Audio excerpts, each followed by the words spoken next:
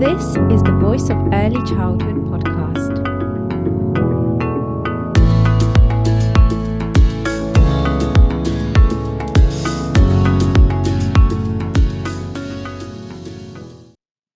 A big hello to the Voice of Early Childhood community. I'm the founder, Angelica Solinska, and I have a very special announcement for you all. Our 2026 conference page is all launched and ready for you. We have launched the tickets early to give everyone plenty of time to plan and book. So our conference is on the 7th of March 2026 in Nottingham. We listened to your feedback and we have the speakers back again that you are blown away by and wanted to hear more from. We have Matt Baller returning and sharing his insightful work and practice around promoting children's mental health. And of course, Olivia Corbin-Phillip coming back again, this time bringing books to life.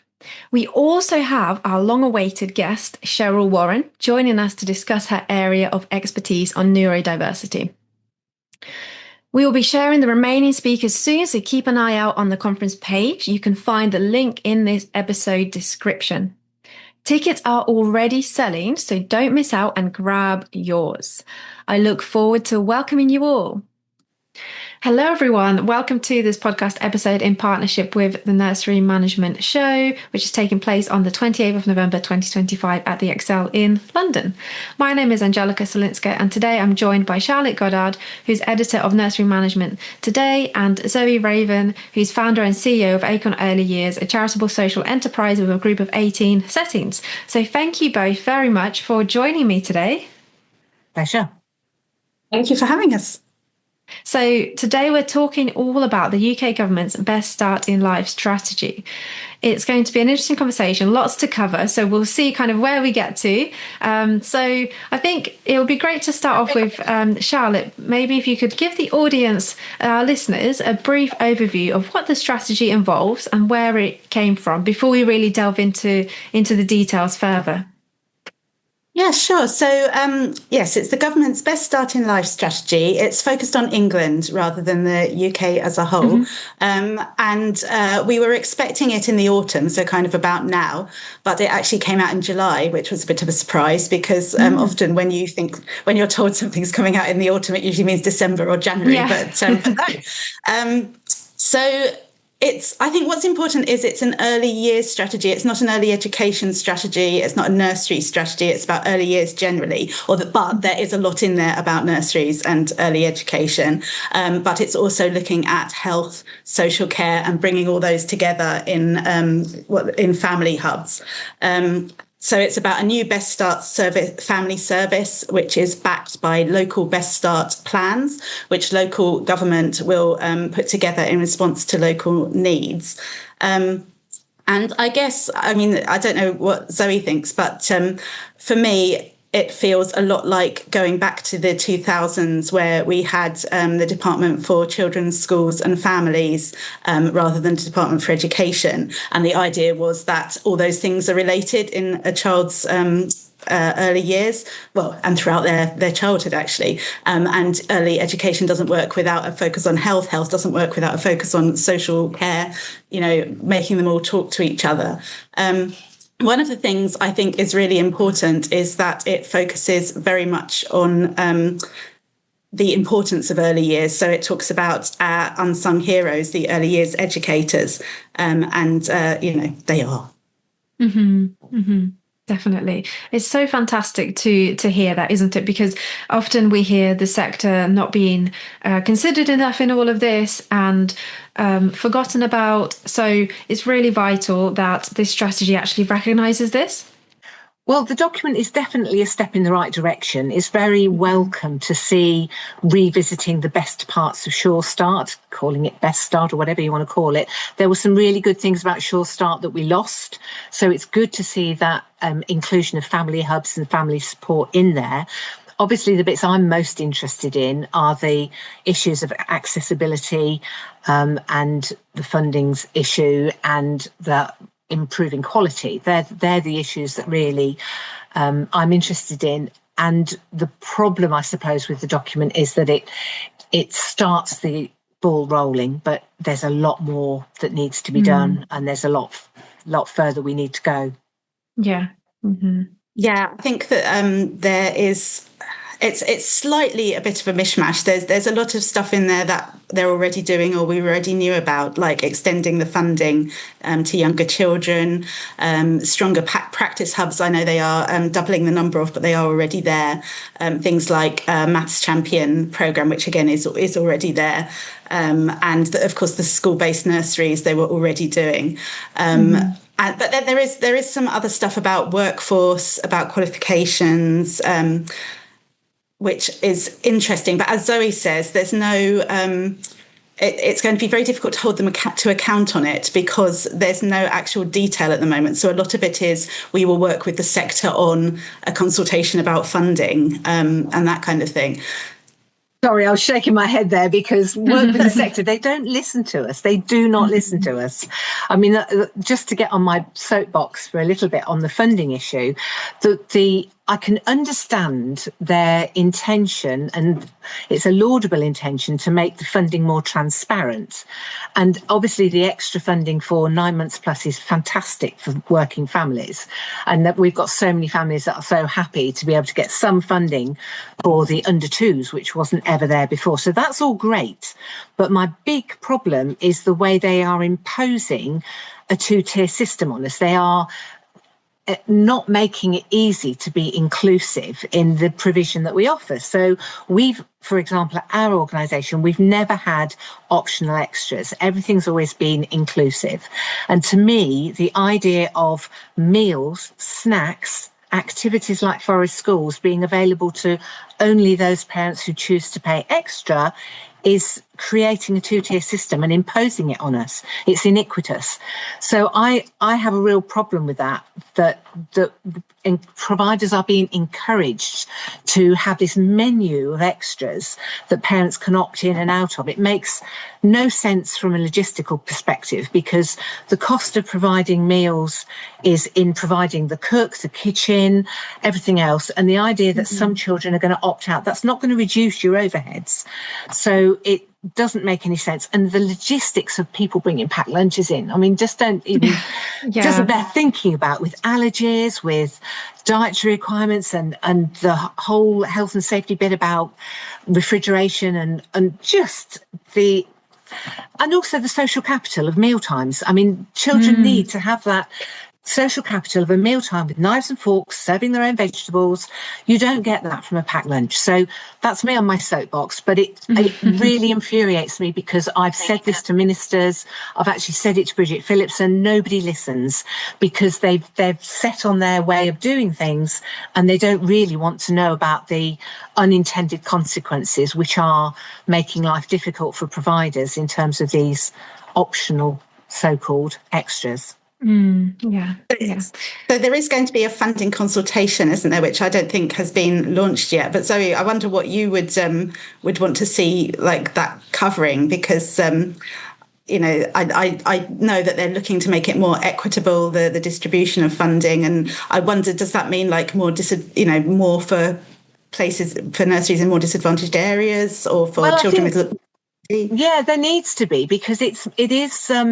I mean, what we find, because we've got a portfolio of nurseries in very different social demographic areas, and what we find is it is more expensive in the economically deprived areas, particularly where you've got a lot of families with families in crisis, with difficult housing, with difficult health issues, where if you've got children with additional needs, that period of time before they're identified as being able to access any one-to-one funding, for example, it all comes down to the provider to provide that additional support, multi-agency meetings. There's never any funding for staff time, to spend on multi-agency meetings. So it is expensive looking after children from difficult backgrounds and who have additional needs.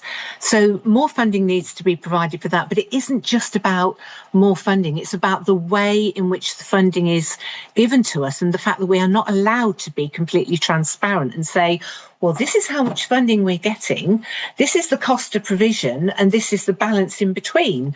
And we're not allowed to do that. We're not allowed to say on our invoices, deduct the amount of funding that we're getting, to be totally transparent, which would be much more sensible if you say to parents, well, this is how much funding there is from the government. And actually, yes, that covers this or it doesn't cover that, because every provider's got different overheads depending on the building costs, the staffing costs, and they do need to incentivise us, as they did in the previous Labour government, with having a higher qualified workforce. There used to be the graduate leader funding, there used to be the homegrown graduate incentive. Some local authorities used to give you a quality premium on your funding if you had more highly qualified staff team. And at the moment, there doesn't seem to be anything, certainly in this document, that is incentivising providers to improve the level of qualifications in their workforce. They do have that. I mean, I'm not contradicting you at all. I'll just say that there is that kind of mention of incentivising settings in disadvantaged areas to have a early years teacher. I don't think it mentions it in the document itself. It must have been in a press release or something. But I think they said 4,500 as a kind of, welcome golden hello or whatever. But I guess I'm really interested actually about the whole early years teacher side of things, because it says that all settings should have an early years teacher. And I know that there has been research which says that having a graduate member of staff has a really positive effect on children's outcomes, especially in disadvantaged areas. I suppose my issues or questions would be, should isn't must. So it's that's all very well. We know that everywhere should have fun. How do settings pay to have an early years teacher? Yeah. And also, I mean, that 4,500 is nice, but it's not going to keep them forever.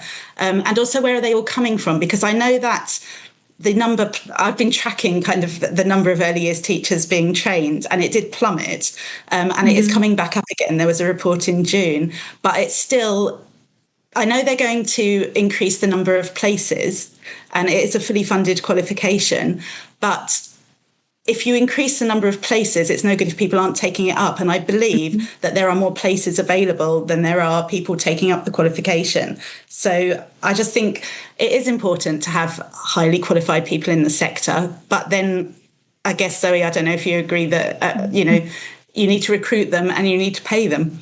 Yes. And when we had, before there was an ambition for every early years setting to have a graduate leader by 2017. Of course, when the coalition came in and they dropped all the funding, they dropped that aspiration. It seems like they're planning to reintroduce that, but they do need to learn from the last time around and provide some ongoing funding so that you can pay the salaries that these early years teachers deserve. We call them early years teachers now. They were early years professionals before. I'm not sure I think that's a great change personally, but interestingly, the new level 6 apprenticeship framework, when I've read about that and talked to colleagues about it, I think there'll be quite an enthusiasm for that, but actually the way in which it has to be delivered requires an awful lot of off-the-job hours. So I suspect a lot of providers are not going to be keen for their staff to do that. And also they will be worried, as they were last time around, how do you retain staff once they've qualified? Because we can't compete with the state-maintained sector when they can afford much higher salaries because their funding levels are different to ours. There needs to be a level playing field on the funding, and the funding needs addressing because the way it plummets when you hit 3 and 4 is ridiculous. I can understand that the under 2s funding for us is actually okay. The 2-year-old funding isn't too far off where it needs to be, but the 3 and 4-year-old funding is nowhere near sufficient. So, which is why they're going down this optional extras route to provide a way in which you can make up the difference. But that's not the answer. We need proper amount of funding for the hours that they want us to provide, and stop calling it 15 and 30 hours when that's term time only. And if you're a working parent, you want all year round provision, and most early year settings stretch the funding so that it's all year round, because it's misleading parents. That's one of the problems. They're presenting something that isn't true. 50 or 30 free hours. It's not. It really isn't 30 hours all year round. It's only 30 hours term time only. So a little bit more honesty and transparency would be great, but a proper workforce development strategy is what we need to actually put in place some proper funding to support higher levels of qualifications, because the average level of qualifications has come down and they've diluted it in recent years. I'm not very keen on the experience-based route coming in. I think that seems like a bit of a sop to try and make life easier for providers, but that's not, we need to be lifting ourselves up, not pushing things down. And the experience-based route is, in case anybody wasn't aware of it, it's where there are unqualified staff, but who have been there, I think I'm right, sorry, who have been there for a long time and to all intents and purposes know how to do the job. And it's a way of kind of getting them qualified. Is that right? Yeah, and it's only valid in that setting. So if you move settings, you're not then qualified. So it's, I can't see us using it, to be honest. I think also it came in because of the difficulties around people getting their maths GCSE, didn't it? So a lot of people were unable to progress with their early years qualifications because they couldn't get their maths GCSE. Yeah. Because that's actually no longer required. Maybe there isn't such a need for that experience-based route. I don't know. Yeah, potentially. And it just sounds like, just kind of going back to the whole discussion, that this strategy has lots of gaps and perhaps it's not as inclusive and equitable and maybe not as sustainable as it kind of says it might be, as the government kind of aspire for it to be, I guess. So let's talk a little bit more about the family hubs. I know, Charlotte, that you have some insight into this. I don't want to be too negative about it, but then I can, because I'm from the outside and Zoe's living it every day. But I think with the family hubs, what comes across is it's important for nurseries to be part of their community, which I know Zoe's nurseries are, and to work with outside agencies. You know, that's going to become increasingly important, I think.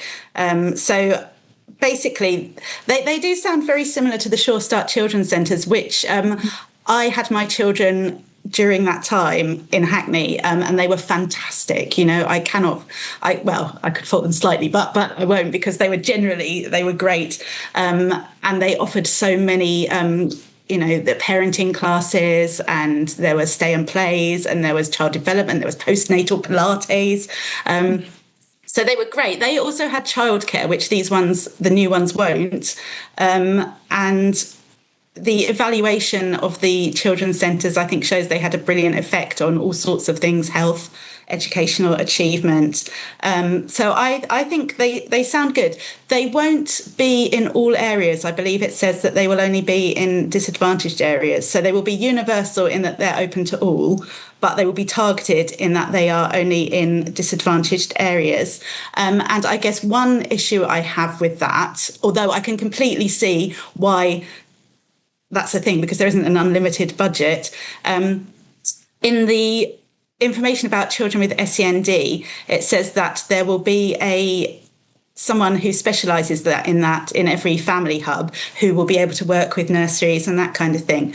But I suppose I would say that SEND isn't limited to disadvantaged areas, so for sure, I'd quite like to see more work on that kind of throughout. Yeah, there needs to be a lot more support for children with special needs and for nurseries that are dealing with those children coming in, babies and toddlers and children, because there isn't enough support. Local authorities don't have the resources to provide enough support at the moment. And you're right, if it just goes through the family hubs, that's not going to be made accessible as easily to all the nurseries and earlier settings that need it. I mean, we work very closely with a couple of, they were children's centres, they're now called family centres. I guess they'll end up being called family hubs, and they're in areas of deprivation. We work really closely with them. We're in the same premises, and it makes for a much more joined up process when families are accessing other services. So I'm a great fan of that. So I think that's picking the best of Sure Start. And I'm actually personally glad that they're not planning to include childcare, because when they did that before, they often set up right next to an existing provision and put that provision out of business. So there was a lot of bad feeling about Sure Start from early years providers back in the day. So hopefully they've learnt the lesson on that one, because they need to be working with providers, not in competition with providers. And most early years providers are very glad to work in partnership and access that multi-agency support, and signpost parents. We spend a lot of time working with families, helping them navigate all the form filling. I mean, the funding is not straightforward, whichever funding you go for, and tax-free childcare and all the rest of it, and reminding people to validate their codes and all. This just made so much more difficult than it should be. So anything that helps with that signposting and additional support would be welcome. Yeah, and I think there's also some stuff about we will work with early years educators, so a consultation, I imagine, to embed inclusion into all training, so that there's more, I guess, everything from level 2, level 3, the teacher training, there's more about inclusion. And of course, Ofsted is now focusing more on inclusion as well. Absolutely. We've just had a trial Ofsted inspection, they're testing out the new framework. That's interesting. They asked us if we'd host a test thing, which was an interesting experience, but they were very, very keen on inclusion. The only bit that made us a bit uncomfortable was that, I may have just been the inspector that we had, but she was very keen on punctuality and attendance, and made the manager feel as if she wasn't doing her job properly because this child wasn't in attendance. Well, the child had chickenpox, for goodness sake. Not a lot you can do about that, but also punctuality. I'm sorry, if the parent wants to bring their baby in at 9 or 10 o'clock in the morning, that's their prerogative.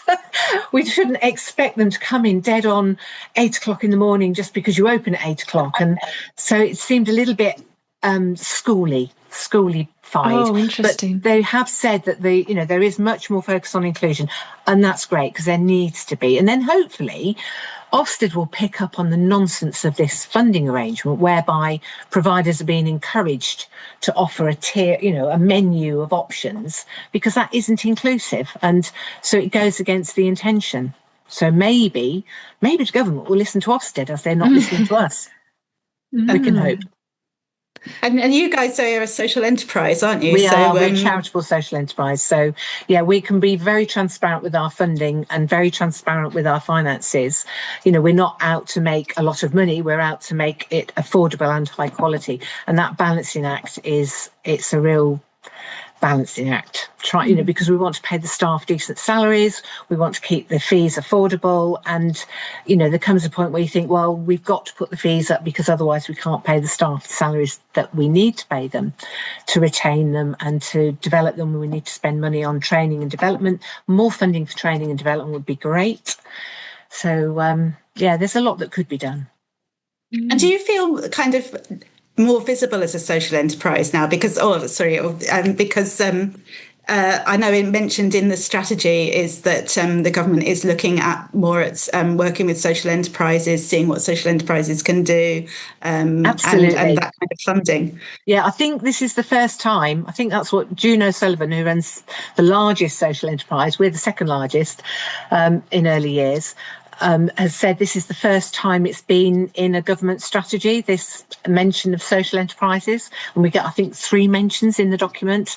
So that's really good because I think if they want value for money, we are all about value for money because obviously nothing is being extracted from our organisations for dividends and shareholders. It's all going back into improving the environments, improving the salaries, improving the quality of what we can provide. So it's a very exciting time for social enterprises. And of course, we've just launched our social enterprise collective. So there's an early years social enterprise collective, which separate topic, but that's very exciting as well. We're putting together a network of early years social enterprises and people that tick those boxes of being not for profit, in the sense that, we have to make a profit to be sustainable, but we're making a profit to be reinvested, not to be extracted.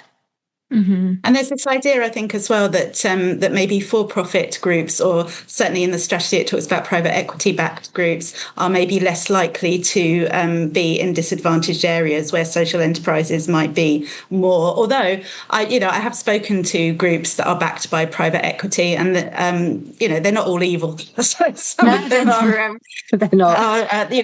They've said they do open in more disadvantaged areas. And actually, this is more of a kind of financial side of it, but some of them have said that they feel that with the funding rates, with the government, being the biggest a buyer of places, so you can't do much with your own fees, that they're more likely to open in places with higher funding rates where the local authorities are giving higher funding rates. So actually, that's a way of kind of almost tweaking the market to get more people opening in your area. But I don't know. Yeah, I'm a little bit sceptical there, a little bit sceptical that they'll actually offer funded only places that are of the same quality as, the ones that are part funded rather than fully funded, because that's what I'm really keen to see how they navigate that without having these optional extras and disadvantaging some children.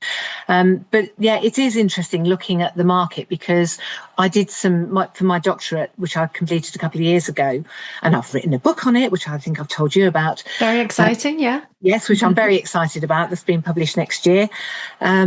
But I interviewed a lot of providers across the whole sector. So private providers, social enterprises, charities, you name it. And everybody from directors and sector leaders down to practitioners. And it was really interesting, everybody talking about their experiences across the sector, because it's not a question of for-profit bad and not-for-profit good. It's very much about individuals and their own ethical stance and how that translates into practice.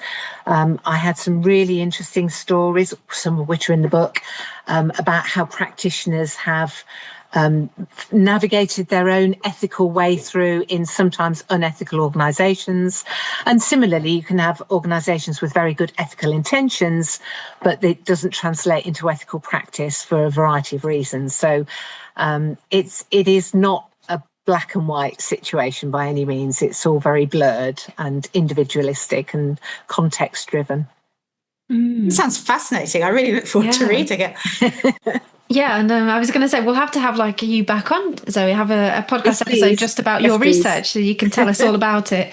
And just thinking about timing, because I know you both are very busy, so this kind of comes at a good time to say that, Charlotte, you're actually going to be chairing a panel on government policy and the impact on the sector at the Nursery Management Show at the end of November. So would you like to tell us a little bit more about that?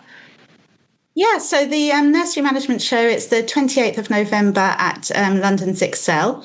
Yes, free for nursery leaders and managers. And we will be looking in the panel that I'm chairing on government policy, so really what we've been talking about, and its impact on the sector. And I'm going to be joined by Neil Leach from the Early Years Alliance and Tim McLaughlin from the National Day Nurseries Association, and also June, who we just mentioned, from LEAF. So and we will be chatting about government policy and taking questions. Look forward to that. Yeah, and Zoe, I know you're also speaking, and you're part of a panel as well about working in partnership with parents, which is really important. I'm very much in line with this strategy, working with families. You can't do it in isolation. Yeah, for sure, definitely. So everyone who's listening, do have a look at that. So the link is in this episode description. Grab your tickets, because they, as Charlotte said, they are free for nursery managers and owners. So it's a really important show for the sector. The Voice of Early Childhood will also be there with a stand talking to everyone. There'll be lots of other people to talk to and join in these conversations and network and build collaborations and partnerships. That's a really big, important thing with this. It's not just about going to a talk and then leaving and kind of forgetting about it. Actually, it's reflecting together in the moment with other educators there, with other nursery managers and owners, with suppliers, with other speakers, and then taking that information back to your settings and hopefully collaborating further on beyond the show as well. So is there anything else that we missed that's important to mention whilst we've got a little bit of time? I think, well, two things. One is I would like to, I think there is a lot of good stuff in there as well. So I wouldn't want to be too negative. I think the very fact we have an early years strategy is great. We just hope that all this stuff does happen. But, there's stuff about workforce, about qualifications. There will be a funding review. But I also want to talk about school readiness, actually, because that is mentioned in there. And I do think that it is important when we talk about school readiness that we don't think it's all about numbers and literacy. And I guess my concern would be, because it's kind of linked to the target that local authorities have been given to, I think it's 75, I don't have it in front of me, but I think it's 75% of children reaching a good level of development by the end of reception year. And of course, that is all about phonics and that sort of thing. That I just hope that people don't think school readiness is just that, because it clearly isn't. Yeah, the whole thing of school readiness worries me, and the concept of encouraging schools to open nurseries as if the sooner you get them into formal schooling, the better. That's the sort of implicit messaging behind having nurseries in schools. And actually, we need to be developing the emotional and social skills of children, their confidence, their resilience. These are much more important than whether they can write their own name. And we seem to have it the wrong way around, and watering down and diluting education down for early years, rather than looking at what babies and toddlers and children need to prepare for life, not just for school. We shouldn't be just focusing on what do they need to be able to do to go to school. Schools should be ready for children. We should be developing children in a more holistic way, so that, yes, they can get themselves dressed, they know how to integrate and work with other children and enjoy themselves and have confidence and be happy. If they're happy, confident children, they'll do well at school. But we've got to develop that self-esteem, that resilience, and the mastery learning that they need to thrive at school, not focus on phonics and literacy and stuff. Yeah, definitely. Yeah, and they are, they obviously are just 4. Some of them have just turned 4 when they start reception, and it's. I think actually in the strategy it talks about how some research about how children aren't school ready, and it says 1 in 4 I think aren't properly toilet trained, and there's another number of children who can't sit still, it says, and I do wonder if children that age developmentally should be sitting still anyway. They shouldn't. No. Yeah. They should be out in nappies, hopefully. And we can do a lot in nurseries to get earlier toilet learning underway, because I think we can certainly do a lot more working with families on that, because that's something that could be done a lot earlier than it is at the moment. Yeah, I was just thinking, I went to a really good webinar by Hempsall's Early Years with Jan de Beel recently, and they were talking about good level of development and really talking about what you guys are talking about here, and the children needing the skills such as executive functioning, where, very much in line with the characteristics of effective teaching and learning, rather than the early learning goals. So, how children learn, them being able to problem solve, communicate, trust adults, be able to understand that they can ask an adult for help, things like that. Of course, being able to be being toilet trained and kind of working towards that. So all of these things, and it's very much echoing everything that you're saying. And I think it's just for the sector needs to understand that is exactly what the expectations are. But I think there's a lot out there that is saying, school readiness are these things which are a lot more formalized, and then all of this is getting very lost and jumbled up. So it's important for everyone, I guess, to speak the same language and be on the same page, and conversations about this are really important. We need to have more of these conversations so everybody does understand that this is exactly what we mean when we say school readiness, because I think many people say school readiness, they mean very different things, but actually maybe we've all become a little bit more aligned now, and hopefully the government has as well. So I think it's just trusting that, this is what we're talking about. Defining school readiness, maybe that would be a good idea initially, because we haven't really got a definition as such, just like we don't necessarily have a good definition of play, which is another thing that Jan de Beel talks about, to be honest, but that's another episode in itself. So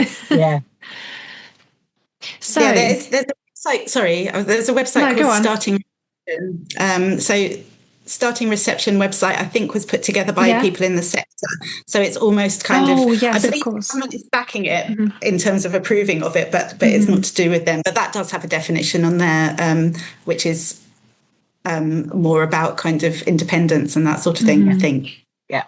So that's a really good resource, actually. Yes, I do remember. We'll put that in the link in this episode description for everyone listening, actually, because that's really, really useful. I think that's all we have time for today. So thank you both very much for joining, and thank you for leading the discussion. You really do have the kind of expertise in this, as much as possible, with every kind of being on the ground with the children and educators, and then Charlotte with yourself talking with all of these experts all the time, and educators and owners and managers. So it's really great to hear both of your insights into this. So thank you for sharing. And everyone who's listening, you can find out more in the links in this episode description. So more information on the best start in life. Of course, more information on Nursery Management Show as well, and where to book your tickets. A little bit more information around the things that we talked about as well. So lots of links there for everyone to find out more. Thank you very much. Thank you.